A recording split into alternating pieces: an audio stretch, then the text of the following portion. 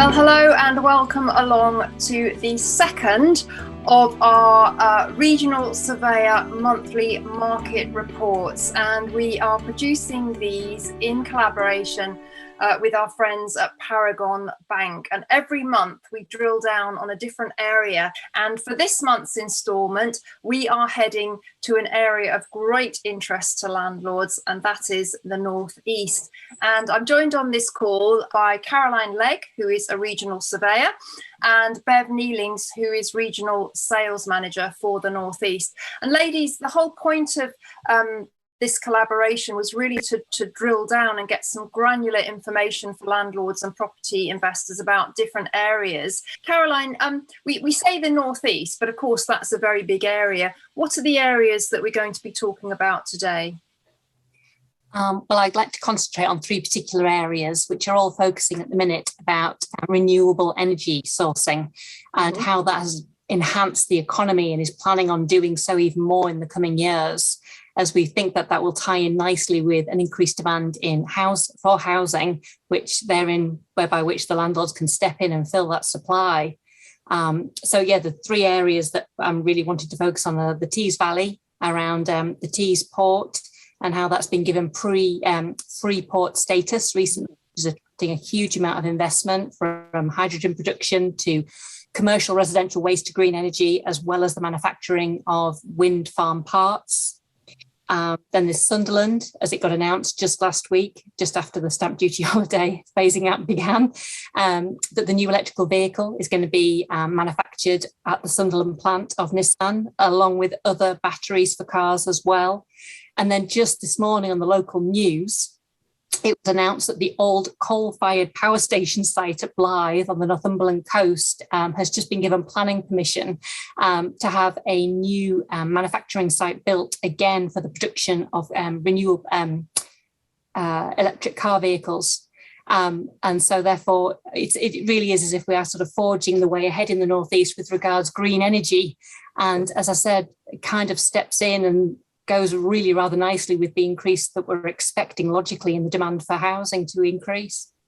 Well, of course, and on what you've just mentioned there, they're key indicators for landlords because, they fall under the remit of investment, communication and infrastructure. And even just one of those things would be a major thing for landlords to tap into. But you've mentioned three really incredible things happening there in your area. So the signs for property investment and workers and capital appreciation, the lights are all on green, aren't they?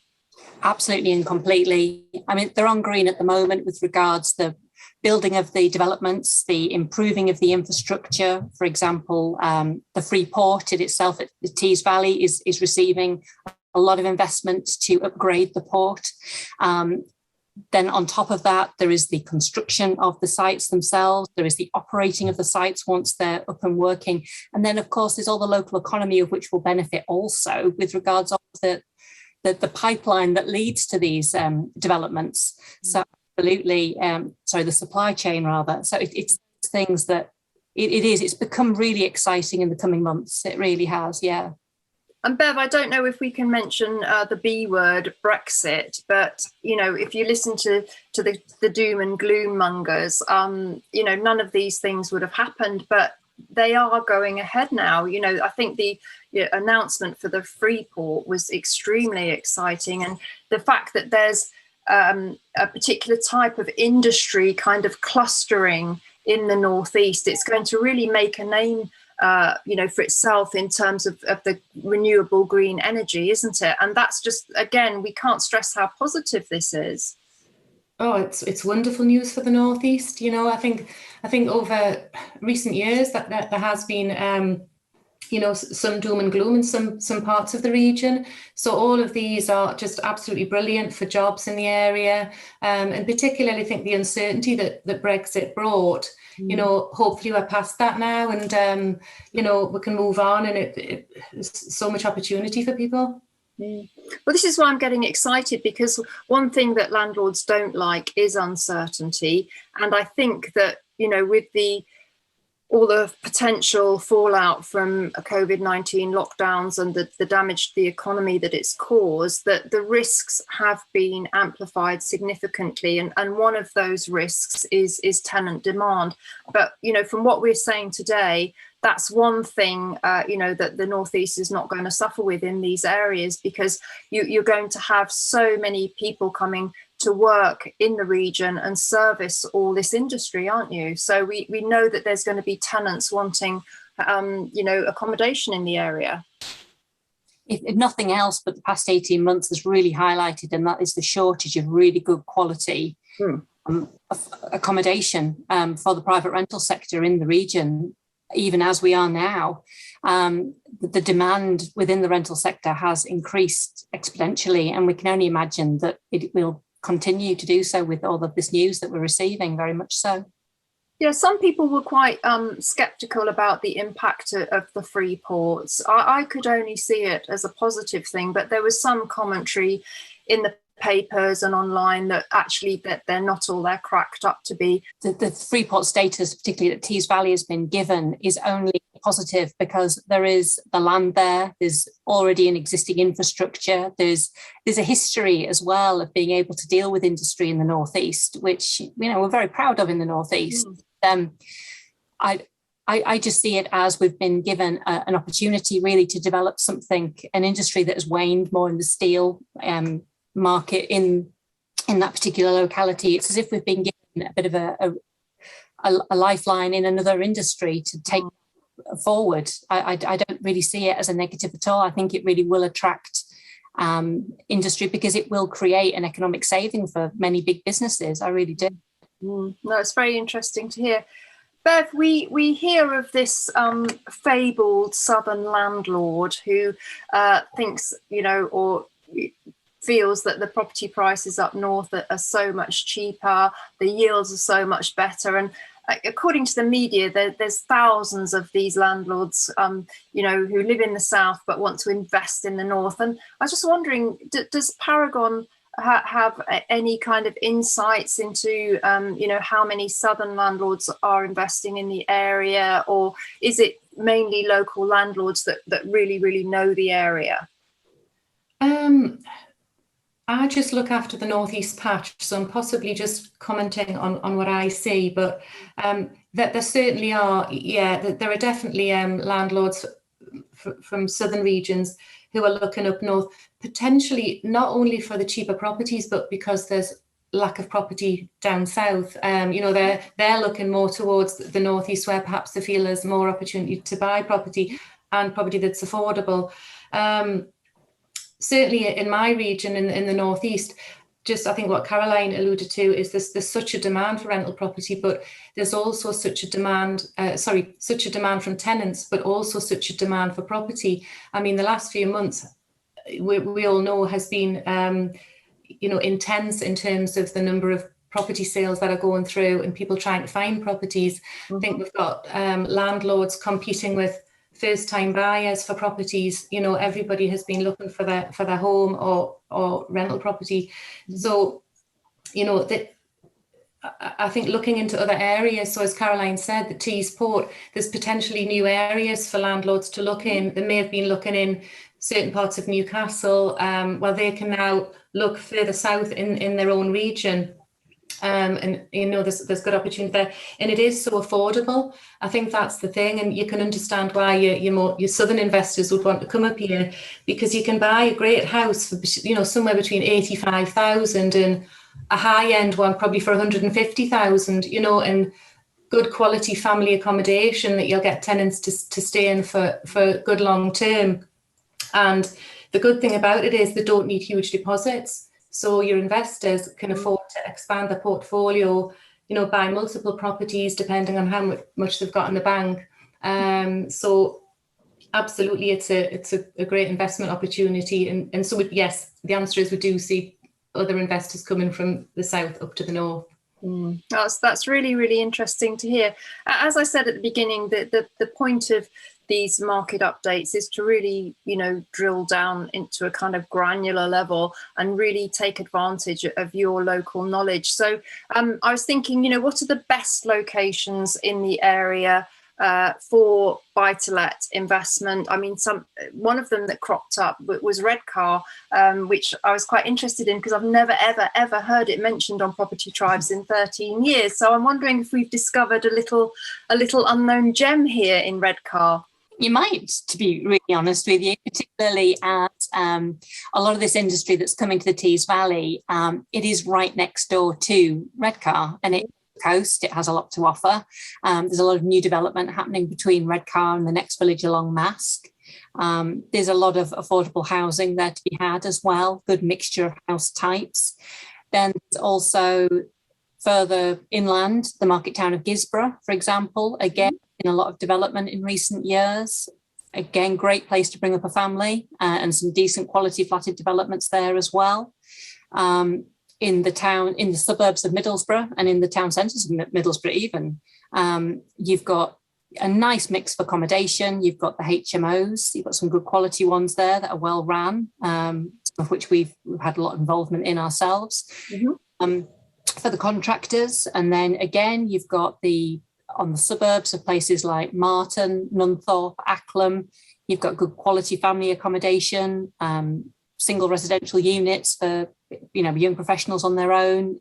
You've got a real nice mix. And then there are very similarly equivalent locations around the Blythe area and around the Sunderland area. It's because they are sort of industrial heartlands, and the housing types and markets have moved with the industrial history. It is kind of, the pattern is followed the region really in a way. And there are equivalent areas within those other regions that could cater very nicely for the people that this will bring to the region. Yeah. It sounds like landlords and property investors have a lot of choice, not only in the strategy that they deploy in the area, but as you say, in the property type and the locations. And I think that's really good particularly if you're looking to expand in the area, that you can have these different types of investments, because it does hedge risk. And also you've got some beautiful coastal towns in the region as well, haven't you? So interesting that Paragon have recently restarted introducing holiday let mortgages into their portfolio of products for landlords, which I know it's definitely a growing area. But is that something that you're starting to see more of in the region as well? Landlords interested in holiday lets, and if so, do you have any particular areas that you favour for that? I think there are absolute hotspots which have always been in existence for a long time. All of the Northumberland coast, all of the Yorkshire coast, the Dales, parts of Richmondshire, the Northern Lakes even is a part of the region that Bev and I also cover. Very, very popular. Yeah, absolutely. We're always up there in our motorhome, and we absolutely love that coastline. Yes, I would probably like a holiday let there one day myself. Bev, what about just your single occupancy buy to let? I'm assuming that you've got good quality tenants in terms of families, the usual raft of young professionals. And it's quite interesting because I heard on the BBC that we're 60,000 short of lorry drivers in the UK, and clearly with all this industrial activity going on in the northeast, you're going to need a lot of lorry drivers, and it looks to me like there's going to be a very wide range of tenants that are in stable employment, which is another thing that landlords want to look at. We'll have a good mix in the region. As I said earlier, and Caroline touched on, there's a lot of good quality family accommodation, lots of nice housing estates. Similarly, there's some lots of flats and just in the suburbs. We're very close to the A1 and the A19, so there's the transport links are excellent. Similarly, there's also access to HMOs and multi-units for the investors who are looking to try and improve their yields. Within our region, we've obviously got Newcastle, Durham, Sunderland. They all have universities and a lot of HMOs. And there is actually, I've noticed a lot of demand for HMOs at the moment, and they're quite difficult to come by. Obviously, everybody's after them, but yeah, there's some nice properties around to be got as well, if you can get them. I mean, I guess that the Northeast is famous for kind of the chimney pot houses, as they're called, I believe. You know, your bog standard 2 or 3 bed terrace, and they are literally the bread and butter of buy-to-let all over the UK, I guess. But are you seeing more new build developments coming into the area as well? And I mean, maybe there's a little bit of a price premium for those, but I'm a big fan of new build because, you know, you don't have to do any maintenance on them for sort of 8 to 10 years. So I still think they're worth looking at. I don't know if you ladies agree. Oh, definitely. And I think there is there's plenty of new build development going on in our region. Absolutely plenty. I mean, Great Park to the northwest of Newcastle is ever expanding. It must be one of the largest private estates in the country. That there's as I said, there's a lot of development happening between, say, Redcar and Mask, for example. There's a good several hundred houses going to be built between those 2 locations, and landlords in our area do go to them absolutely for ease, and there is a real demand for them. They get taken so quickly. You know, as soon as they get made available, someone will have it let. What I have noticed quite a lot of recently is due to maybe restrictions, people have had to spend a lot of time at home, people maybe need a bit more space. I was at a case just yesterday whereby which a couple had owned a property for 2 years, very nice, brand new it had been, and now they're part-exing to go on to a slightly bigger house on the same development. They love it there, they just need more space. And a landlord's got right in there and bought the buy part-ex property. And thereon, you know, everyone wins. The sale, the vendors get a nice home and a good deal, the landlord gets an investment, the tenant gets a nice house to live in that's only been lived in 2 years and is more or less immaculate. Yeah, there's a lot of activity going on. I suppose we do have a bit more space than some of the other localities in the country, and it does lend itself very much so to the new build the structure of the new build developments. There is the space, and as Bev says, we've got really good infrastructure links, and they work very well. They are very, very popular. And you've got lots of lovely old industrial buildings as well that can be converted to you know, residential accommodation as well. So that, you know, there's a very wide property choice, as we say. Talking about the older housing stock, Bev, you know, these Victorian terraces, obviously we've got the issue with EPC ratings coming up. Is there an awareness of for landlords in your region about the need to bring the energy standards up in these type of properties? Do you see that as something that, you know, needs to be on landlords' radar? Yeah, absolutely. I mean, we've recently launched a green product, which is to support, you know, that transition to improve the EPC rating. So we will actually lend a higher loan to value on properties that have got an EPC rating of an A to a C. So obviously it's all geared up to trying to get either them to buy new build or improve the EPC rating on the properties. And I think we'll do more in that space as well as we move forward, and we'll try and educate. We will also only lend on a property that's an EPC of an E or above at the moment.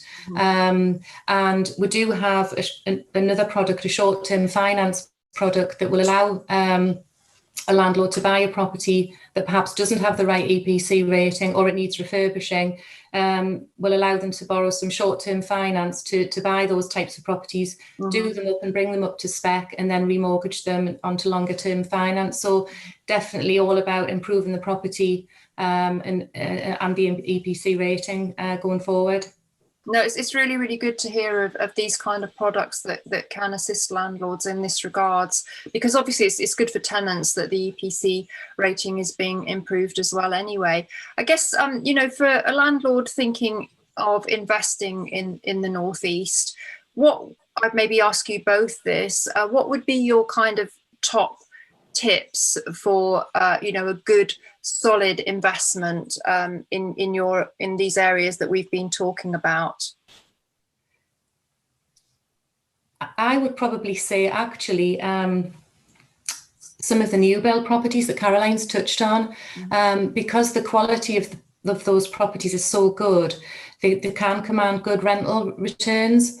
People are willing to pay more for the rent if they're moving into something that, you know, is quite palatial versus something that isn't. So certainly I think tenants are looking for that good quality property and will pay a bit more for it versus buying something that's perhaps, you know, not in such good condition, and you can't therefore attract as good a rent. So definitely new build for that reason.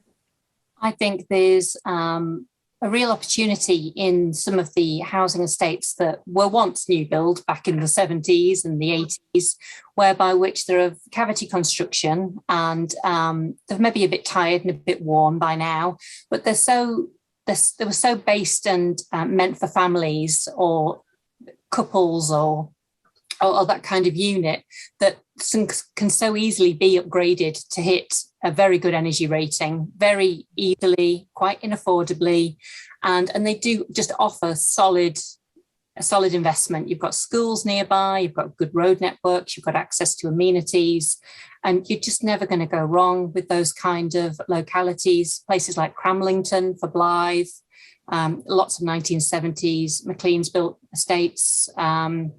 In Sunderland, you've got literally nigh on all of Washington you can rely on for very similar, built in the late 70s, early 80s, which maybe, you know, a bit tired, maybe a bit warm, but very easily rectified. And again, places like Gisborough, Redcar, Acklam, places like that around Middlesbrough for the Tees Valley, again, just so solid, so reliable, so know what you're going to get. Gardens, parking, and it could work really, really nice for a lot of landlords, definitely. It's lovely to hear you reeling off these different towns, because many of them, I must confess, I've never heard of. And, you know, when we talk about the Northeast, we always kind of think about the big cities. Newcastle is very popular with landlords. I think it's so good for landlords to widen their knowledge of the more kind of regional towns and see the opportunities there. And I was just wondering, you know, we do believe that tenants' priorities have changed post-COVID. We're seeing it certainly in the sales market, in what buyers are wanting, but also certainly for what tenants are seeking. And one of the things, which I believe is literally number one on a tenant's list, is a garden or certainly access to some outdoor space. So that's kind of suggesting to me going towards, you know, family houses, because I think understanding tenant demands and how they're changing is actually a way to future-proof your business against market shocks, because we've all had a big wake-up call with COVID, haven't we? Absolutely. And I'll tell you one little tip, and that is very much your Tyneside flats in North and Tyneside. Even though they're flats, they're not houses, they come with their own front door and they come with their own little bit of outside space. So you're getting the benefit of the house without the price. And well, people like Paragon, obviously people like us, were very well tailored at dealing with such property types as well when bringing them into mortgage. But they have become incredibly popular in recent times, incredibly popular. And you can understand why, for exactly as you've just described. Absolutely. Well, it's so interesting you've said that, Caroline, because one of our most prolific posters on Property Tribes, a lovely lady who goes under the name of Dyslexic Landlord, she's based in Newcastle, and she loves these Tyneside flats, and she's always extolling the virtues of them. So it's very interesting to hear. I think there might be a run on Tyneside flats now after this call. So yes, it's really interesting to hear that. Bev, do you have any thoughts on, we're talking about future proofing.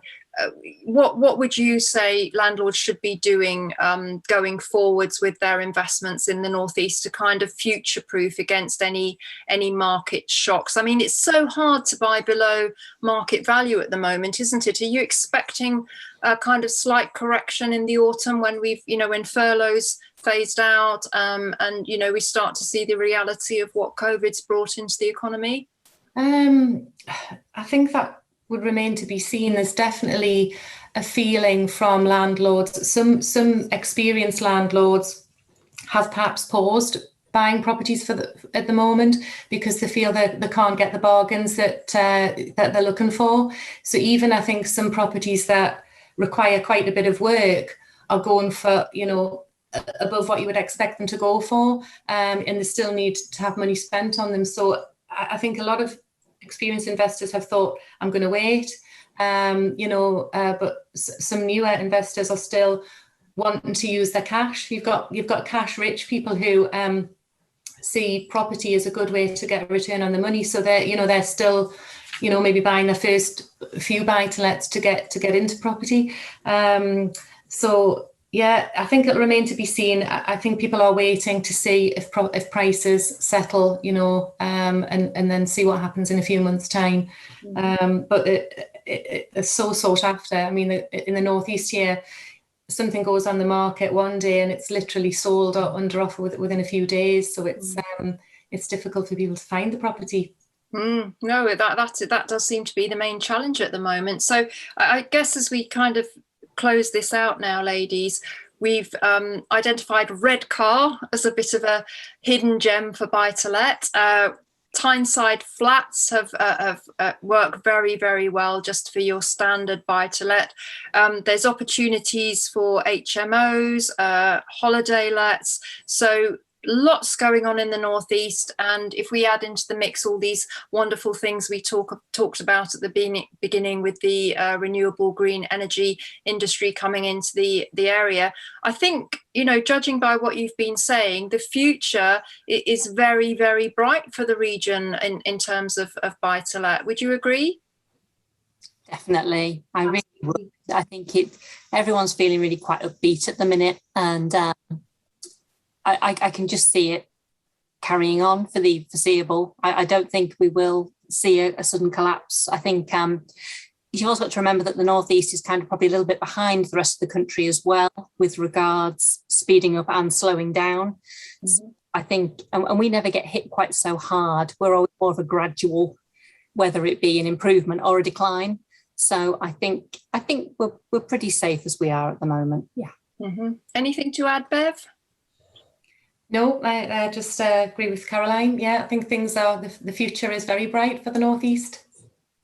Well, that's fantastic. Thank you both so much for joining me on this call and sharing your insights from literally on the ground in your areas in the Northeast. So I've really enjoyed talking to you both, and it's very, very interesting times. I don't think that, you know, a year ago when we were, you know, in lockdown and, you know, there was a lot of uncertainty about, I couldn't imagine having this conversation, you know, around March, April, May last year. It's quite extraordinary how everything's turned around, isn't it? And I can only hope that it is something that's going to last. It's very, very rare to have a very frothy house price market and a very frothy rental market at the same time when there is talk of you know, an economic downturn. I think I don't know if you agree, but it is you know, extraordinary circumstances, and I think landlords have just got to ride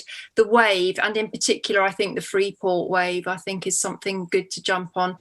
The impression I get from dealing with the actual landlords on the ground when I go to do the inspections is that they're just so focused on what they want. And I get the impression that everybody has just become so focused in life generally following particularly the first lockdown. People are very focused on how they want their business to evolve, where they want to live, even what partner they want to be with, what car they want to drive, where they want to go on holiday, where their children want to go to school.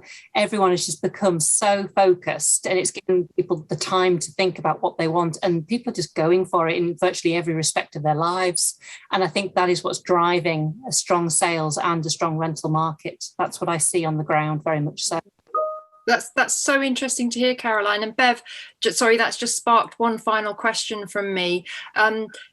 You know, what Caroline said is suggesting that people are becoming more focused, and hopefully landlords are becoming more educated and aware and more understanding the risks. And that's partly what this little collaboration is about, to help landlords see a way forward and to understand the risks and to make wise investment decisions. So do you have a feeling that landlords are raising their game, becoming more educated, more professional? And clearly that's something that you would really, really welcome at Paragon. Professional landlords are, they're seeking the advice of their accountant, they're seeking the advice of their mortgage advisor, other professionals, to make sure that they're geared up to grow their portfolio safely with the right financial advice. Some of them, own properties in their personal name, but they've been advised now perhaps to go forward in a limited company.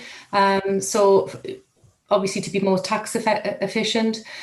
So there's lots of considerations, but if they get all of those ducks lined up in a row, they're setting themselves up correctly for going forward, and obviously being able to optimize the profit ultimately from the properties, making sure that it all dovetails together and that they've got the funding to grow their portfolio.